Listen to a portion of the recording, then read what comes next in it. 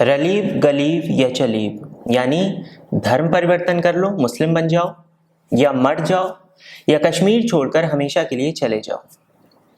ये वो नारा है जो 19 जनवरी 1990 को कश्मीरी मुस्लिम्स ने, अलगाववादियों ने और पाकिस्तान स्पॉन्सर्ड टेररिस्ट ने कश्मीरी हिंदुओं, कश्मीरी पंडितों के लिए लगाया था। उसी रात से कश्मीरी पंडितों की एथनिक क्लींजिंग की शुरुआत हो गई थी, यानी कश्मीर से कश्मीरी हिंदुओं का पूरी तरह से सफाया करने की जो साजिश थी वो शुरू हो गई थी। इसमें हमारी हजारों माओ बहनों के साथ जो बर्बरता हुई उसे शब्दों में बताया नहीं जा सकता। और ऐसी ही एक अनसुनी सच्चाई है सरला भट्ट जी की। लेकिन इससे जरूरी बात यह है कि वो कौन महिला थी जो इन सारी बर्बर हरकतों के लिए जिम्मेदार थी और जो कश्मीरी पंडितों के पलायन और उनके नरसंहार के लिए जिम्मेदार थी, जिसे आज भारत में बहुत सारे लोग बहुत ज्यादा मान सम्मान देते हैं। ये जानना हमारे लिए आज बेहद जरूरी है। देखते रहिए। जय हिंद दोस्तों, आशा है कि आप सब सेफ और सुरक्षित होंगे। तो दोस्तों, जनवरी 1990 में कश्मीर में कश्मीरी हिंदुओं के खिलाफ पैम्फलेट्स और पोस्टर्स छापे गए, जिसमें कहा गया कि वो कश्मीर छोड़कर चले जाएं। ऐसे पोस्टर्स कश्मीरी हिंदुओं के घर के बाहर चिपकाए भी गए। किडनैपिंग और बलात्कार तो ऐसे हो रहे थे कश्मीरी पंडितों के साथ जैसे कोई बड़ा अपराध ही ना हो। पिछले वीडियो में हमने ये जाना कि इन सब की शुरुआत कैसे हुई और गिरिजा टिक्कू जी कौन थी, उनके साथ क्या हुआ। अब बात सरला भट्ट जी की। तो सरला भट्ट अनंतनाग की रहने वाली थी और एक नर्स थी। शेरे Kashmir institute of medical sciences में वो एक नर्स थी। 14 अप्रैल 1990, यानी जब ये नरसंहार शुरू हुआ जनवरी 1990 में, उसके 3 महीने बाद 14 अप्रैल को सरला भट्ट का इंस्टीट्यूट से ही किडनैप हो गया। किडनैप करने वाले थे JKLF के आतंकी। 5 दिन बाद 19 अप्रैल 1990 को उनका शव मिला श्रीनगर में। पोस्टमार्टम हुआ, जिसमें पता चला कि सरला भट्ट जी के साथ भी सामूहिक दुष्कर्म हुआ था, जिसके बाद उनकी बड़ी बर्बरता से हत्या कर दी गई। यानी 5 दिनों तक उनके साथ वो बर्बरता हुई जिसकी हम तो कल्पना भी नहीं कर सकते। लेकिन कुछ लोग आज भी बड़ी बेशर्मी से लिख देते हैं, मुझसे कमेंट में कहते हैं कि तुम इनकी बात कर रहे हो तो दूसरे धर्म के लोगों की बात क्यों नहीं कर रहे हो। यानी इसमें भी उन्हें रिलीजन का एंगल ही देखना है। बहरहाल, कश्मीरी पंडित कश्मीर से जम्मू आ गए। सरकार का रवैया वही रहा। सब लोग खामोश रहे, from UN to human rights. सब चुपचाप देखते रहे इस तमाशे को। कश्मीरी पंडित इस उम्मीद, इस इंतजार में रहने लगे कि एक दिन वो अपने घर वापस जाएंगे। सरकारें आती गईं, सरकारें चली गईं, लेकिन कश्मीरी पंडितों का इंतजार आज भी इंतजार ही रह गया। एक तरह से वो अपनी इस दर्द के साथ जीने के लिए मजबूर हो गए, आदी हो गए। क्योंकि वो अपना दर्द बयान भी करें तो किससे? उनके साथ तो उनके ही देश में, उनके ही राज्य में, उनके ही लोगों ने ऐसा किया, इतना प्रताड़ित किया, तो वो किससे अपना दर्द बयान करें? अब वो बात जो आपके लिए जाननी बेहद जरूरी है। तो दोस्तों, ये तो हम जानते हैं कि कश्मीर में जो हालात हुए उसे स्पॉन्सर किया था पाकिस्तान ने। लेकिन क्या आपने कभी ये सोचा है कि उस वक्त पाकिस्तान का प्राइम मिनिस्टर कौन था?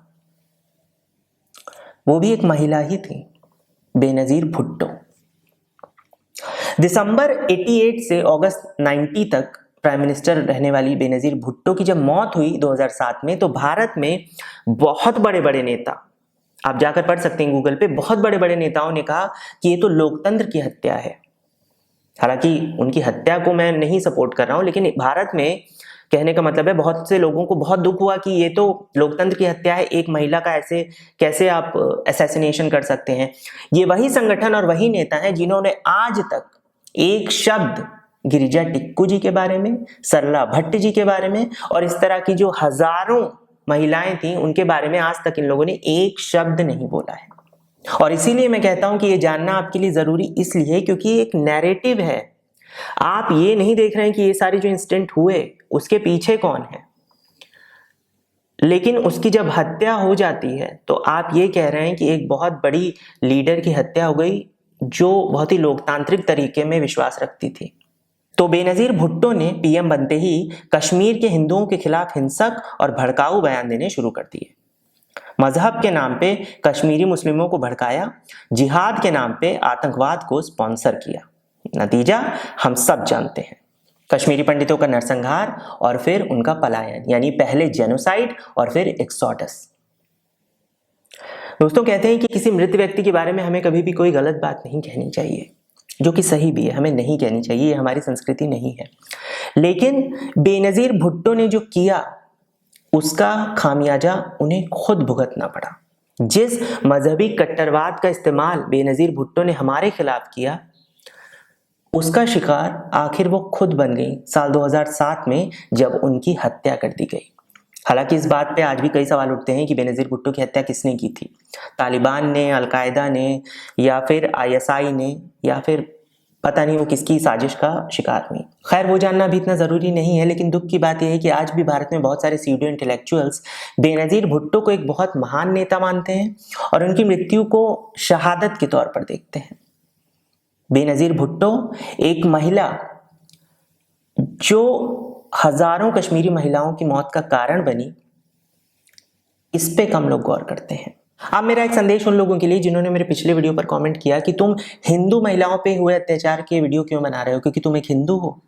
तो उनके लिए मेरा यही संदेश है कि आपको शर्म आनी चाहिए कि आप इन चीजों में भी धर्म देख रहे हो, इन चीजों को भी आप रिलीजन की नजर से देख रहे हो। जहां तक मेरी बात है तो मैं तो उस संस्कृति से आता हूं जहां पर मानते ही है कि यत्र नारस्तु पूज्यन्ते रमन्ते तत्र देवता, यानी हर महिला पूजनीय है, चाहे वो किसी भी धर्म से हो, किसी भी जाति की हो, किसी भी देश की हो। दूसरी बात, दूसरा संदेश उन लोग के लिए जिन्होंने मुझसे बोला कि तुम अब कश्मीर पे वीडियो क्यों बना रहे हो, लाइक्स के लिए, क्योंकि अब कश्मीर फाइल्स मूवी आई है, अभी तक तुम सो रहे थे। तो मेरा उनसे यही कहना है कि भाई, मैंने पिछले साल ही कश्मीर पे पूरी एक सीरीज बनाई है वीडियोस की।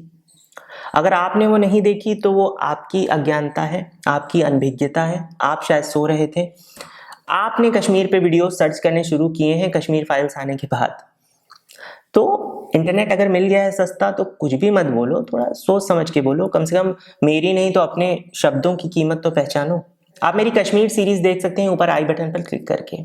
अगर आपको मेरा वीडियो जरा से भी सही लगे, मेरी कही बातें जरा से भी सही लगे, तो प्लीज मेरा चैनल सब्सक्राइब कीजिए और उससे भी बढ़कर प्रार्थना कीजिए गिरिजा टिक्कू जी, सरला भट्ट जी और ऐसी सारी महिलाओं की आत्मा की शांति के लिए जिनके साथ ऐसी बर्बरता हुई। साथ ही ये प्रार्थना कीजिए कि फिर कभी किसी धर्म, किसी जाति और किसी भी देश की महिला के साथ ऐसी बर्बरता कभी ना हो। मिलते हैं अगले वीडियो में, तब तक टेक केयर। जय हिंद, इतिहास जिंदाबाद।